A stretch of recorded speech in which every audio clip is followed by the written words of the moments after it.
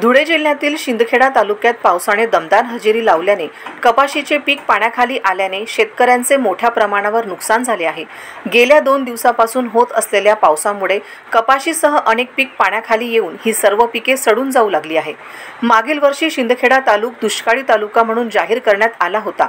दुष्काळीमुळे आधीच शेतकऱ्यांचे मोठ्या प्रमाणावर नुकसान झालेले असताना यंदा हे नुकसान भरून निघेल अशी अपेक्षा शेतकऱ्यांना होती। मात्र यंदा जास्त प्रमाणात पाऊस होऊन पिकाचे नुकसान होत आहे। यामुळे शेतकऱ्यांसमोर दुबार पेरणीचे संकट उभे राहिले आहे।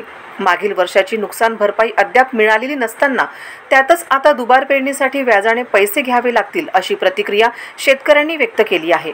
या झालेल्या नुकसानीचे पंचनामे करून भरपाई द्यावी अशी मागणी शेतकऱ्यांनी केली आहे। मी नरेंद्र उत्तमराव पाटील, शिंदखेडा।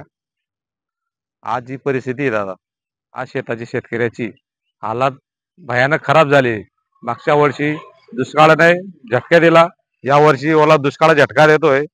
सरकार लक्ष देत नाही, आश्वासन देतोय उद्या टाकू परवा टाकू, काही मिळत नाही, तुटपुंजी देत आहेत, काही उपयोग होत नाही। आज परिस्थिती तुराची मूग लागले ते पाण्यामध्ये, तूर आहे ती पाण्यात आहे, सर्व पिकं पाण्यात आहेत।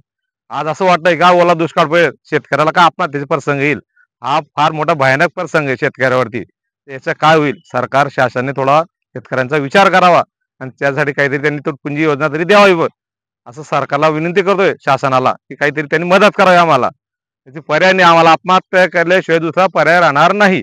मागच्या वर्षी खूप आश्वासन होते शेतकऱ्याचे की पैसा येईल, अजून अद्याप आलो नाही। तहसील कार्यालयाचे चक्र मारून मारून आम्ही थकलो शेतकरी। तिथे गेलो, तुमचे पैसे मुंबईला गेले। तो मागील वर्षाचा जो दुष्काळग्रस्त परिस्थिती या वर्षी पण तशीच आढळते बहुतेक, कारण की एवढा देवाने ओला दुष्काळ केला तर सगळे पिकं पाण्याखाली आलेत आणि सरकारने काहीतरी याची दक्षता घ्यावी ही सरकारला माझी कडकडीची विनंती आहे।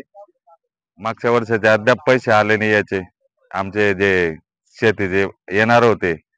दुष्काळग्रस्त परिस्थिती या वर्षी ओला दुष्काळामुळे परत तीच परिस्थिती येते, काही ना काही ऍक्शन घ्यावी सरकारला माझी खूप कळकळीची विनंती। धन्यवाद। ठळक घडामोडींसाठी देशोन्नती न्यूज चॅनलला सबस्क्राइब करा आणि बेल आयकॉन प्रेस करा।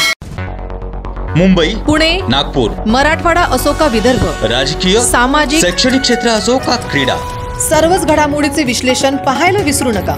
फक्त देशोन्नती न्यूजवर।